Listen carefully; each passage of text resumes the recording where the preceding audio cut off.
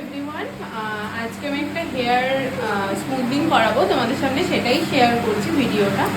তো দেখতে পাচ্ছ দিদির হেয়ারে 2 বছর আগে আমার কাছে স্মুথনিং করেছিল। এই যে স্মুথনিং হেয়ার, মাঝে একটু শরীর খারাপের জন্য দিদি করায়নি গত বছর স্মুথনিং। তো দিদি তোমাদের সাথে শেয়ার করবে যে কি হয়েছিল, কি ব্যাপার, আর এবছর করাচ্ছে, এবছর রেজাল্টটা কেমন আসে সেটা তোমাদের সাথে শেয়ার করতে চলে আসছে। তো যেরকমটা তোমাদের সাথে শেয়ার করলাম, এই দিদি হেয়ার কালার করা ছিল এবং আমার কাছে স্মুথনিং করেছিল। তারপরেও আবার দিদি হেয়ার কালার করিয়েছিল অন্য জায়গা থেকে, যেহেতু দিদি এখানে থাকে না, তো সেই হিসাবে আমার কাছে সবসময় ভিজিটও করতে পারে না, আসতে পারে না। আর দিদির হেয়ারের কন্ডিশনটা এখন একটু উইক আছে, তো কিভাবে কি করা যায় চলো দেখা যাক। তো এই যে দিদির হেয়ার আমি তোমাদেরকে যেমন দেখালাম, এই যে হেয়ারে এখনো স্মুথনিং আছে, তোমরা দেখতেই পাচ্ছ। তো দিদি গত বছর করায়নি, কেন করাবে মানে বলো? আমি একটু অসুস্থ ছিলাম, তার জন্য আমি করাইনি এবং আমার ভালো লেগেছে বলে আমি তোমার কাছে এসেছি। তো মানে আগের বারে স্মুথনিং ঠিকঠাক ছিল? ওই 2 বছর করেছি, মোটামুটি আমার চুলটা এখনো খুবই ভালো আছে। তো মানে ভেঙে পড়া এরকম কোনো ব্যাপার নেই তো? দেখতে পাচ্ছি অসুস্থের জন্য আমার চুলটা অসুস্থ, দিদি অসুস্থ ছিল বলে দিদি চুলটা করতে আসতে পারেনি বা করতে পারেনি। তো তোমরা দেখতে পাচ্ছ হেয়ারের শাইন কিন্তু সুন্দর আছে, আর দিদির নিউ গ্রো হেয়ারও ভীষণ ভালো। তো আমরা করি, রেজাল্টটা তোমাদের সামনে শেয়ার করতে চলে আসবো, ঠিক আছে? তো চলো দিদি স্টার্ট করি। তো যেমন তোমরা দেখলে যে আমি ওই হেয়ারটা ট্রিটমেন্ট করলাম, তোমাদেরকে তো আমি বললাম যে ওই হেয়ারটা ট্রিটমেন্ট করবো এখন। তো এই দেখো হেয়ারটা কালার্ড হেয়ার ছিল, প্লাস ওপরে কালার ছাড়া ছিল, কিন্তু দিদি রুট টাচ কালার করে। তো তারপরেও এত সুন্দর শাইনি রেজাল্ট আমি দিতে পেরেছি। কিন্তু দিদির ব্যাপারটা হয়েছে কি, সেটা দিদির বলবে, ফ্রন্টে ঘোরালে তোমরা বুঝতে পারবে। তোমার কেমন লাগলো কাজটা সেটা তুমি বলো। কাজটা আমার খুব ভালো লেগেছে, আগের থেকে সত্যি ভালো লেগেছে, আমার মনের মতো হয়েছে। আর সামনের চুলটা আমি কি বলবো, আমার নিজের দোষের জন্য একটু মেনলি দিদি, মানে আমি তোমাদের সবাইকে বলবো প্লিজ ভালো করে ট্রেনিং নিয়ে তারপরে মানে বিউটিশিয়ানের কাজগুলো করো। কারণ দিদির ফ্রন্টের হেয়ারটা দেখলে তোমরা বুঝতে পারছো, দিদি এক জায়গায় হেয়ার কাটিং করতে গেছিল দুর্গাপুজোর টাইমে। তো তখন দিদিকে এইভাবে হেয়ারটা কেটে দিয়েছে। আর দিদির কাছে সবাই আসবে, খুব সুন্দর করে অনেক সময় নিয়ে ধৈর্য নিয়ে দারুণ কাজ করে দিয়েছে। মানে আমি বলবো যে যে লেয়ার কেটেছে বলেছে, মানে আমি তো তাও এখন অনেকটা সেট করে দিচ্ছি। বলো তোমাকে ফ্রন্টে হেয়ার দিদি বলেছিল তাকে লেয়ার কাটতে এখান থেকে, আর সে লেয়ার কেটে দিচ্ছে একদম চোখের কাছ থেকে।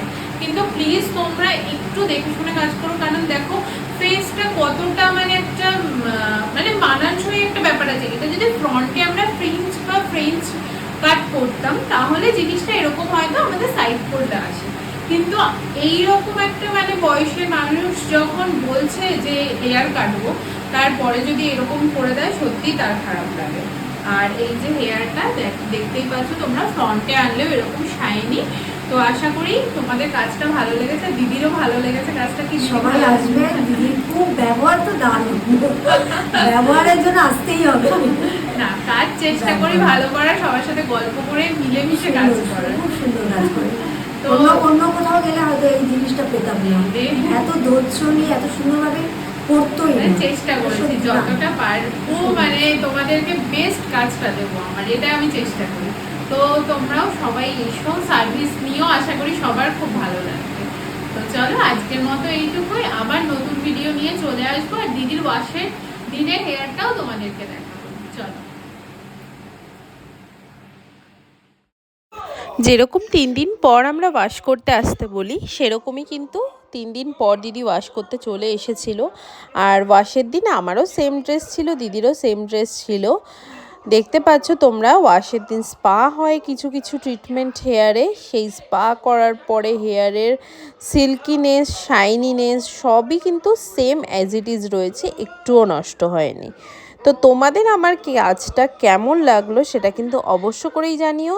আর হেয়ারের কিছু টিউটোরিয়াল ভিডিও কিন্তু আমার দেওয়া রয়েছে চ্যানেলে, সেগুলোও তোমরা কিন্তু একবার চেক করে দেখতে পারো, যদি তোমাদের কোনো হেল্পে লেগে যায় সেই ভিডিওগুলো, তাহলে আমারও খুব ভালো লাগবে।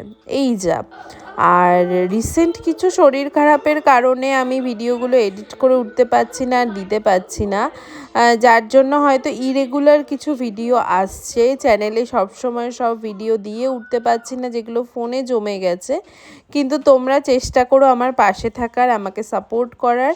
আবার নতুন নতুন ভিডিও, এনার্জেটিক কিছু ভিডিও নিয়ে আসবো, কিছু ফানি ভিডিও নিয়ে আসবো, ডেইলি লাইফ ভিডিও নিয়ে আসবো এবং মেকআপ ভিডিও নিয়েও আসবো, যেটাকে তোমরা অনেক অনেক ভালোবাসা দিচ্ছ। আমার সেলফ মেকআপের ভিডিও হোক বা ব্রাইডাল মেকআপের ভিডিও হোক, তোমরা কিন্তু সবাই অনেক ভালোবাসা দিয়েছো, অনেক ভিউজ পাচ্ছি সেখান থেকে। তো সেটাই তোমাদের কাছে ভালোবাসা, মানে তোমাদের কাছে আমার পাওয়া এই ভালোবাসাগুলোই হয়তো আমি এক্সপেক্ট করি তোমাদের কাছে।